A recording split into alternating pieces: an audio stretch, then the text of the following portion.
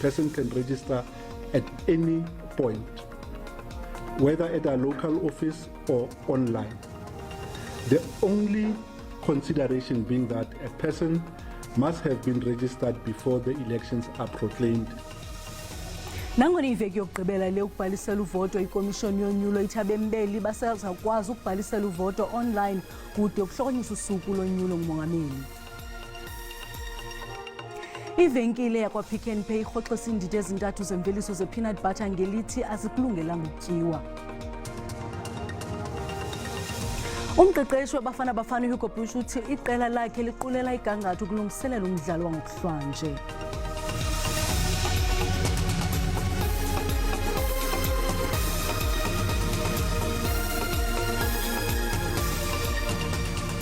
Molweni makhaya samkele nababukeli kwijelo idithi thina nguvimba wangokuhlwanje. Ikomishoni ezimeleyo yonyulo ithi nakubeni le impelaveki yokugqibela yokubhalisela unyulo jikelele lwalonyaka abembeli basenalo ithuba lokubhalisela unyulo ngobuxhakaxhaka bale mihla online ukutsho de umongameli Cyril Ramaphosa ahlokomise umhla wonyulo jikelele zizikhululo zovoto ezingaphezulu kwe-23,000 kulo lonke eli ezivuliweyo namhlanje neziza kuvula nangomso ukunika ithuba abo bafuna ukuvota babhalisela ukuvota logama abanye bejonga ubume babo kumqulu wabavoti. Libasenalo ithuba lokubhalisela ukuvota online baziyele ngezikatshiwo kwiofisi yaIC kuwo olitshoba amaphondo eli nasemva kwalempelaveki. Umqulu wabavoti akuvalwa emva kokuhlokonyiswa kosuku lonyulo. The voter registration at a voting station affords or extends convenience to voters. So it is a targeted period at which we extend convenience. However, registration is a continuous exercise. A person can register at any point, whether at a local office or online. The only consideration being that a person must have been registered before the elections are proclaimed in order to take part as a voter in those elections. IIC ithi usuku lwanamhlanje nelokuqala kwensuku ezimbini zokubhalisela ukuvota luhambe kakuhle ngaphandle kwamagingxigingxi ingumbono omxesi babemi beli abatyelele izikhululo zovoto. Zizikhululo zovoto zikumyinge we-99% eziqale ukusebenza kwimizuzwana zivulile ngentsimbi yesibhozo ngalentsasa kungabikwanga neziganeko zoqhankqalazo. In the initial hours of this two-day registration weekend, an impressive 304,221 voters have visited voting stations. 19 ngamabanjwa e-15,000 abhalisela ukuvota logamelo nani longezeke nge-3,000 ngethuba kuvulwa inyoba yokubhalisa kule veki kwabo balala bebaliwe okwegusha kumaziko luleko eli. That 15,000 is still registered. So let's not say we're not starting afresh. And everyone else. So you're basically adding another 3,000. Exactly. We're adding to the roll, but they don't have a separate voters roll because of the fact that they can still be registered wherever they are and they can then vote inside of prison. They do not assume the prison address. They still have their own address because the legislation allows them or deems them to be registered in the voting district where they are incarcerated. IIC isakhuthaza abemi beli balisebenzise ngazo zozibini elithuba lokubhalisela ukuvota ngalempelaveki. Iyaqhuba inkqubo yokubhalisela uvoto kwizikhululo eziyi-23,000 jikelele kwilizwe kusuku lokuqala kwimpelaveki yokugqibela yobhaliso. Kwezinye indawo zelizwe abahlali balukwayile ubhaliso kwaye bathi abazukuvota ngenxa yokungafikeleli kweenkonzo zophuhliso kwiindawo zabo. Ali kwilali imajenge kumntla-ntshona bathi abazukuvota kunyulo jikelele oluzayo kwakhona bayikwayile inkqubo yobhaliso bathi bafuna iinkonzo bakhalazela kungakhelwa izindlu iindlela iikliniki izikolo kungabikho kwamanzi nombane phakathi kwezinto. We are not going to register because of we have a problem of we don't have a service delivery here at Majeng. Majeng we've been here for more than 20 years without relevant services from government. Ukanti komishoni yonyulo kumntla-ntshona ithi khange zivule ngexesha izikhululo zovoto ezilishumi kwisithili sasebujanala ngenxa yabahlali abakhankalazela inkonzo. Ikwathi kuchaphazeleke izikhululo ezilithoba kumasipala iMoses Kotane sasinye eRustenburg. Kanti ke izikhululo ezintathu kwezinye indawo zephondo zivule emva kwexesha ngenxa yokufika kade kwezixhobo zobhaliso. Kusenjalo phambi abahlali baseBloemfontein abatyelele iofisi zesebe lemicimbi yezekhaya beyokulanda izazisi zabo ukuze bathathe inxaxheba kubhaliso bajike bengaziphethanga belugcwabevu ngumsindo ngenxa yocimicimi wombane. I applied for an ID in December and I'm here to collect it. I want to register to vote, hoping for change in terms of service delivery. Abahlali bakwilali cebukuhle eluyiTrigate eLimpopo basebenzisele nyoba yempela veki yesibini yobhaliso bayokubhalisa nakubeni nabo bevakalise kungaxoli kungabikho kwenkonzo kwindawo yabo bebala amanzi nendlela ezimbi phakathi kwengxaki. Our biggest problem is water. To come to this water source, we must walk long distance. The water is not that clean. We have to buy drinking water. Kanti kubekho inhlaningi eziphazamisi kwinkqubo yobhaliso naseMpuma Koloni ngenxa yokhankhalazo lwabahlali. I-IEC kweliphondo ibhalise ukhankhalazo kwizikhululo eziyi-23 kodwa zisibhozo ezingakhange zivule. Ikomishoni ivakalise inkxalabo yile misadulo ngelithi ivimba abantu ithuba lokusebenzisa ilungelo labo lokuvota. Aba bantu basisebenzelayo kuba bahlala kweza ndawo ukuba yoyika kuba bangene esitishini bakaloku kwawubuya ngabo sesingekho thina. Kunjalo iqale ngololovane inkqubo yobhaliso kumazantsi eRhawuti. Abahlali bendawo yogoba ityholo eSlovo Park babonakalise ukhothoza ukuya kubhalisa bathi azinanzo ezinyanzeliso zokuphucula kwendawo yabo. Umongameli we-ANC Cyril Ramaphosa uthi kungabomi ukujolisa kwabo ingqalelo kwiGauteng ngezimpelaveki ezimbini ze-IEC zokubhalisela uvoto. OkaRamaphosa besiSoweto namhlanje yaye ngomso kube eseMamelodi lokamusekela wakhe uPaul Mashatile echitha le mpelaveki kwisixeko saseGuruleni. Amanye amagosa e-ANC aquka nonobhala jikelele uFikile Mbalula besevala ngixusekela wakhe wokuqala uNomvula Mokonyane ebekwintshona Randi. Ngonyaka ka-2019 yaba ngungciphu kuba i-ANC iphulukane nephondo iGauteng emva kokuxhamla ivoti ezingumyinge ka-50.9% kungoko kwelitye limaxhapheshini okuqina umqolo kangangoko. Iphume iphulo mbombo zonke zezikhululo ikhululela amagosa wayo amane aphezulu kukhankaso lwephondo kule mpelaveki yokugqibela yenkqubo yobhaliso.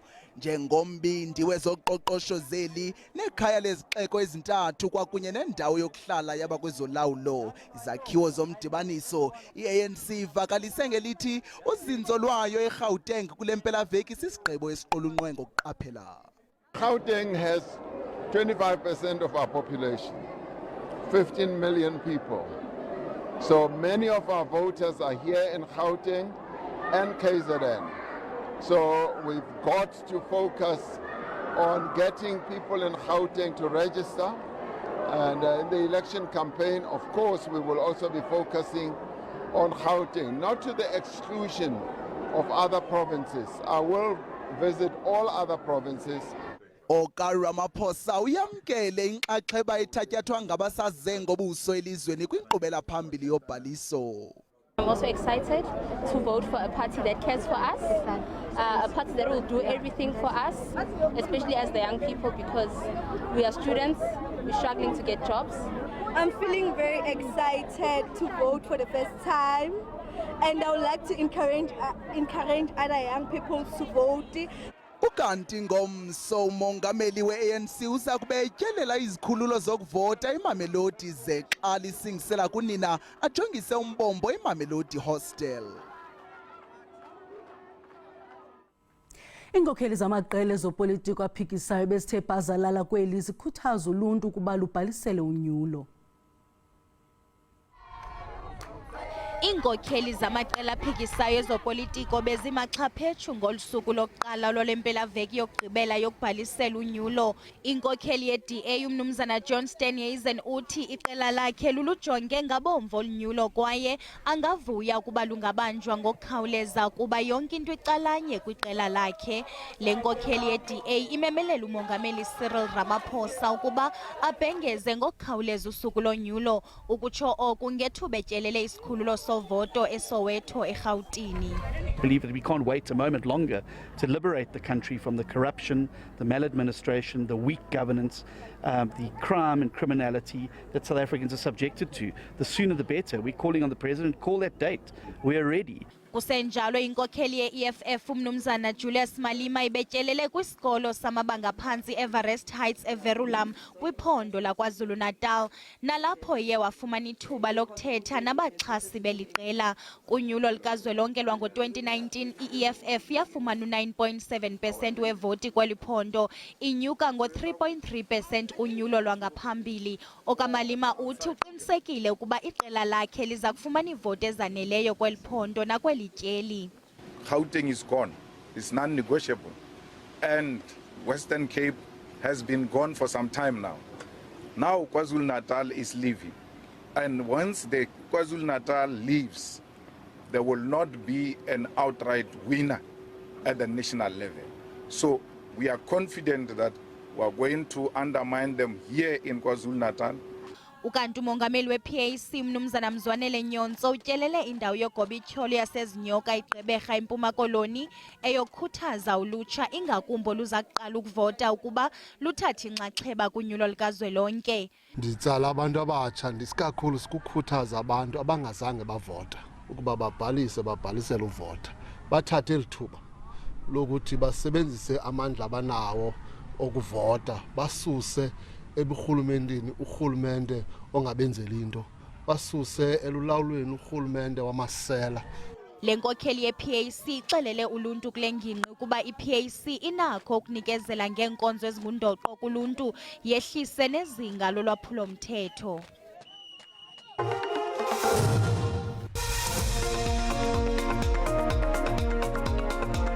Usabukela iindaba zesiXhosa kunqaphambili SABC 1 uyakwazi ke ukubukela kwakhona ezindaba kwijelo le-YouTube uthi SABC Iindaba zesiXhosa. Ukanti xa ubukela sicela ucofe ulike zokuba ukamcofa usubscribe isibongo zawenze njalo.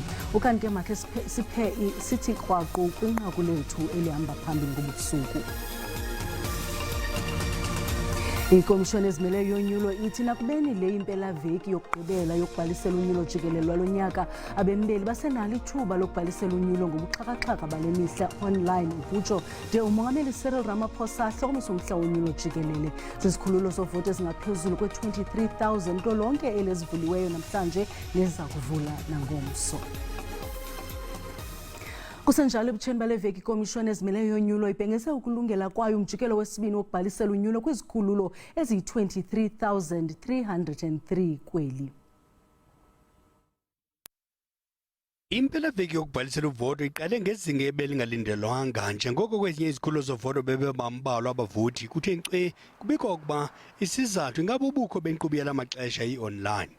Omnye umvoti oseze ngobuso elizweni uzityandigile ngolunyulo jikelele luzayo. I actually brought my grandmother to come and vote, to come and register to vote. I think it really is a big part of our history just to be like physically present, as it really is extremely important. Nakubeni IEC isithi baqabele ngaphaya ko-27 million abavoti ababhalisele unyulo, imbali yonyulo lwangaphambili ithi ukubhalisela ukuvota kude kufane ncam noqobo lokuvota. Inkqubo-buchopho kwezopolitiko ithi oku kungathetha iindidi ezahlukeneyo zabavoti. Our voter turnout is declining at a rate, I think, faster than we realize at the moment. What that means is that there are two kinds of people in South Africa that have taken decisions, and I really believe it is more decisions than apathy. A lot of times people call it apathy, and apathy says that there's a disinterest. But I think a lot of voters are making decisions.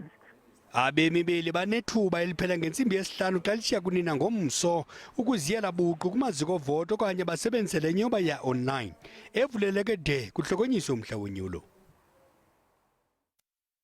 Amaqela ezopolitiko angama-350 nabagqatswa abazimeleyo sele bebhalisiwe ukuthabatha inxaxheba kunyulo lwalo nyaka lwajikelele nelamaphondo. Elinani likhulu lababandakanyekayo libangela inkxalabo yokuba amanye amaqela enamaphawu namagama oshunqulelo olufanayo. Nanjengoko unyulo lwajikelele lusondela, iphepha lovoto elide lilindeleke libandakanye amaqela angama-350 nabagqatswa abazimeleyo. Amanye amaqela anamaphawu namagama wawo ashunqulelweyo aphantse afana.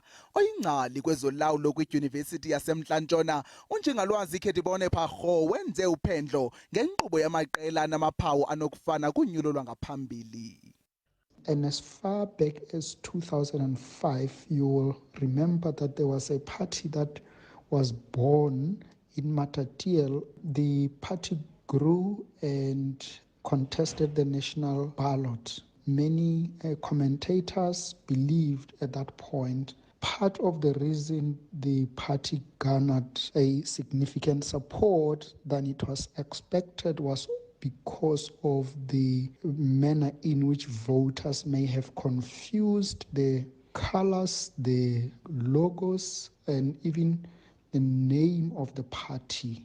Uphawu lweqela elisandula ukusekwa i-Economic Liberators Forum lineempawu ezifana ne-EFF, ukanti i-African Independent National Congress eyasekwa kunyaka ophelileyo ayinagama nje elifana nele-ANC kodwa ikwasebenzisa neminye yemibala ye-EFF.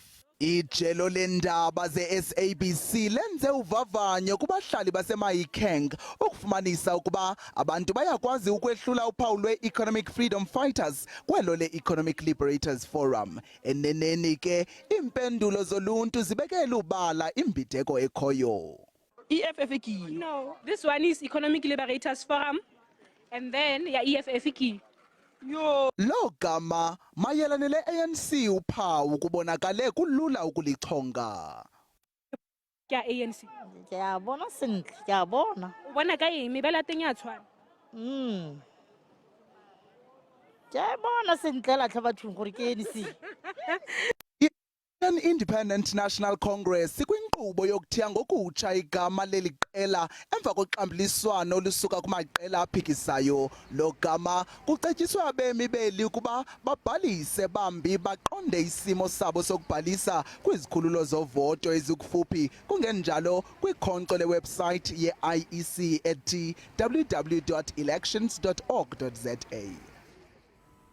Ivenkile yakwa-Pick n Pay irhoxisa iindidi ezintathu zemveliso ze-peanut butter neziquka i-no-name peanut smooth butter, Eden smooth peanut butter kunye ne-Eden crunch peanut butter nezithengiswa kumaphondo eli jikelele. Le venkile ithi uvavanyo olwenziweyo lufumanisa ukuba ezi mveliso zontathu zifunyaniswe zingakulungelanga ukuba zingatyiwa kwaye zingabeka ubomi babantu emngciphekweni. Pick n Pay ikhuthaza abathengi ukuba babuyisele iindidi ezintathu zemveliso ye-peanut butter eziquka i-no-name smooth peanut butter, Eden smooth peanut butter kunye ne-Eden crunch peanut butter kwiivenkile zakwa-Pick n Pay kwaye ithi abathengi baza kubuyiselwa imali abathenge ngayo. Le venkile ithi nangona ifangi iqhelekile ekutyeni kodwa izinga lefangi ye-aflatoxin efunyaniswa kwezi peanut butter beliphezulu kakhulu kunomlinganiselo ogunyazisiweyo. Le venkile ithi ngoko ibeka impilo nokhuseleko lwabathengi phambili, abathengi ababuyisele ezi peanut butter ziphelelwa ngoku yokutsho ngoJulayi wonyaka ozayo ka-2025 baza kubuyiselwa imali yabo. Le venkile ikwathi abathengi bangazibuyisela ezi peanut butter nokuba sezivuliwe okanye ixesha lokuphelelwa kwazo liyadlula kweli liphawulweyo.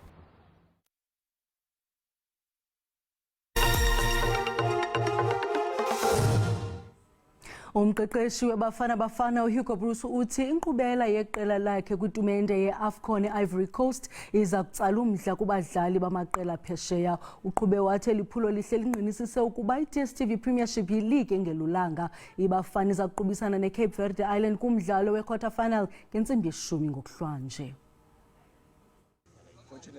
uMzantsi Afrika uza kugagana neCape Verde kwi-quarter finals inethemba lokuphumelela igaleleke kwii-semi-finals okokuqala emva kwe-AFCON yango-2000 eNigeria. Omabini la maqela akhe adlala izihlandlo ezinhlanu aphumelela kabini abambana ngamanqaku komnye umdlalo. Umqeqeshi weBafana uphefumle ngokulungela kweqela wenjenje. We know what to do and it will not be 4-0. I don't think so. Let's hope that we win 4-0. But the most important thing is that we have to do what we have to do and that we win the game. OkaBruce wayephumelele iAFCON eCameroon ngo-2017 neqela elisakhasayo nelingaqaqambanga kuyaphi eGabon. Ukanti ifolosi yabafana bafana uEvidence Makgopa ukholelwa ukuba amava kaBruce wokuphumelela iAFCON angakhuthaza eliqela ukuba lijuzele emagqabini. Coach has experience on winning an AFCON, and the other thing is that our coach has that belief on us as a team. We have a good relationship with the coach, so I think that one is going to help us. Lo mdlalo uza kuqala ngentsimbi yeshumi ngokuhlwanje ukhutshwa ngqo ku-SABC. Masixha kuloo ndawo iindaba ziphela into nje ixesha linomona. Masiphinde sidibane ngomso ngaxeshanye. Kamnandi mawethu.